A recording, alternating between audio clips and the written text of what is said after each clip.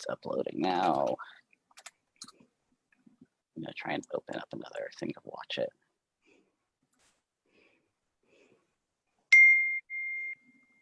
There we go. And that sound means we're live.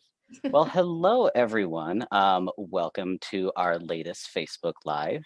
My name is Bryan Dunncan. I am an MSW and the program manager with LRP. Welcome to today's Facebook Live. We are being joined today by Naomi Strand, and who is a staff attorney at the Legal Counsel for Youth and Children. Welcome, and thank you for coming today.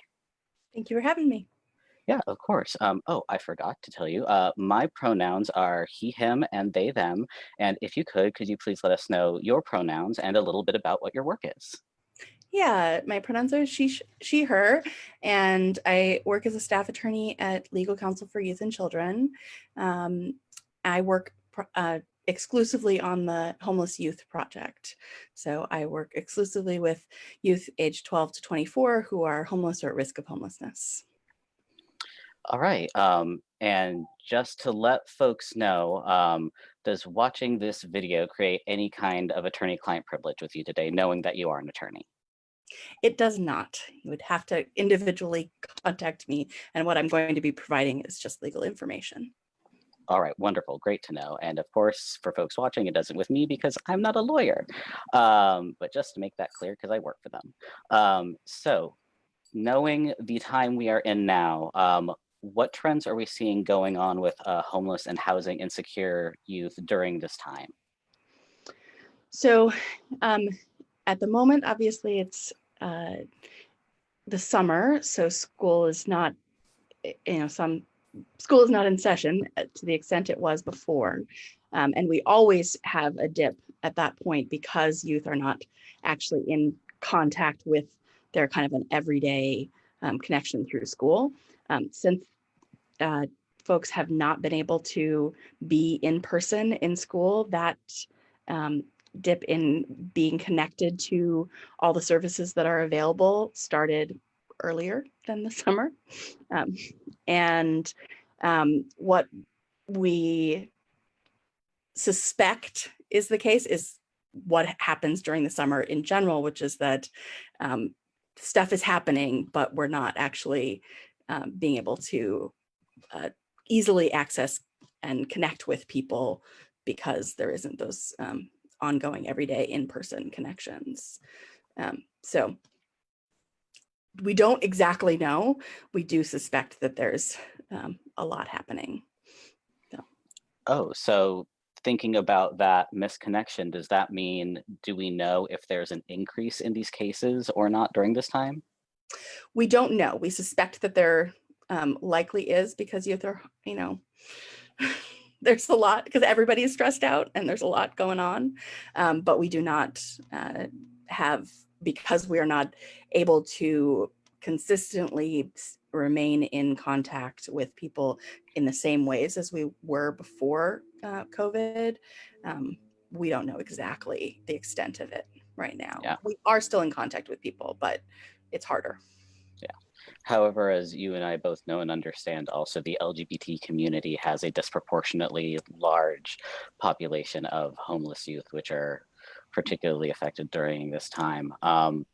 Understanding this, how is the shelter system handling the situation at this time to like the best of your knowledge? And especially, are there any special considerations for LGBT youth in these systems?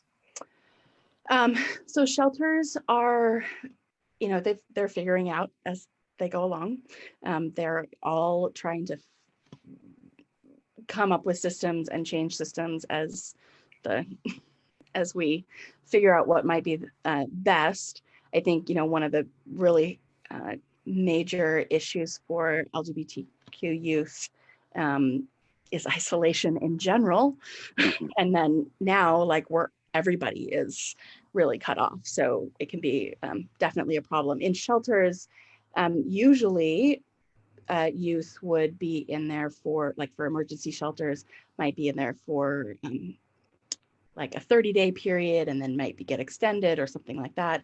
Right now, in order to not have youth and I'm talking about under 18 youth, bouncing around shelters and potentially spreading COVID, they are allowing people to stay for much longer, but that's also causing an issue with not having space available in the shelters. So if there's new people, they may not have a bed available, and you can't actually get into the shelter. There are some shelters who explicitly say, like, have some programs for LGBTQ youth. There's others who just, as a practice, try to do what they can and whatever. Yes. I think always LGBTQ youth are more drawn to the ones who are, seem like, yeah, no, I'm really know what I'm doing here, and we're focused on you. So you might have a better shot of not being disappointed with us. Yeah. With folks going through everything that they go through during this time, wanting someone with competency, of course, is what folks would absolutely want. But since you mentioned a lot of this stuff is for youth 18 and under, but also knowing that a lot of LGBT youth program technically goes up to about 25, does that mean there is a gap in services and support for that age bracket as well? Yes.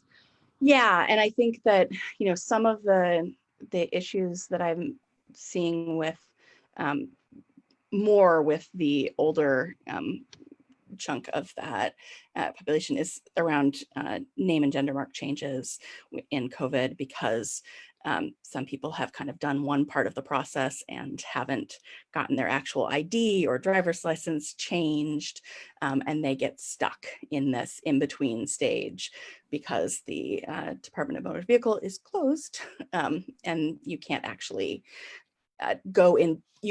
They're not just open to go in person any day. However, you can make an appointment, and they have finally, with pushing, have made it explicit that you can request an appointment in order to go in to do that kind of name or gender marker change thing at there. So, and I think I sent a link for that, of how to request those appointments. So that's something you can do. You did, thank you. And right after we are done with this live session, I will include a list of links and referrals that we will be talking about in today's live chat. And speaking of the need for the name and gender marker changes, that is something that folks, if that is needed, you can reach out to LRP for, and we do have free clinics to help with that. But thinking about just thinking about things in general, what can folks do to help support LGBT homeless and housing insecure youth during this time? So I think one of the main things is connection, frankly, fighting that isolation. So Lambert House is a LGBTQ, drop-in center. It's closed, but they have a link on their website that has a whole bunch of resources for connection. And I think that's a huge piece of just getting connected with people who, understand and getting to actually talk about how hard that is. So I think that's one huge piece. There also are some of the shelters, some of the youth shelters in the area do have actually lists on their websites. Youth Care, it's on their front part of their website, and says, these are the things we need in our shelters right now. And so there's some asks out for ways you can connect. And I think also just access to technology, access to Wi-Fi, a phone, things like that are really in great need right now for youth. Yeah, as many of us has become aware during this time, access to that sort of technology is not just has become a necessity and not just something frivolous. So before we wrap up, is there anything else you want to let folks know about? And just wondering, how can folks get a hold of you and your org services? Yeah, well, before I go to how folks can contact me, yeah, I do think that there's certainly some some more stuff coming with evictions that is going to cause a wave of homelessness sometime in the future. The exact when that's going to happen is a little bit uncertain because of multiple eviction moratoriums, but it's something that we're tracking and we're paying attention to, especially for our over 18 youth, because it's going to hit folks hard. So you can reach out to us on our website, lcycwa.org. We have a thing on there where you can just say need help, and you can access, refer yourself to us. There's our general phone line. You can text and say, hey, I need some help with this. You can call us and just say, we have this issue. We represent, youth specifically. So you can call on behalf of someone, but we're going to reach out to the youth directly too. And you can help us contact them if that's an issue. Wonderful. Thank you so much for all that. But truly, thank you for joining us today and talking with us about this intersection of LGBT identity, youth homelessness, and especially during this time of COVID, because that has really changed things up quite a bit. And like we said, we are going to include some links and things in the chat, including these links to extra supplies, the resource list, to LCYC. And once again, Naomi, thank you so much for joining us. And everyone, I hope you have a wonderful day. Thanks.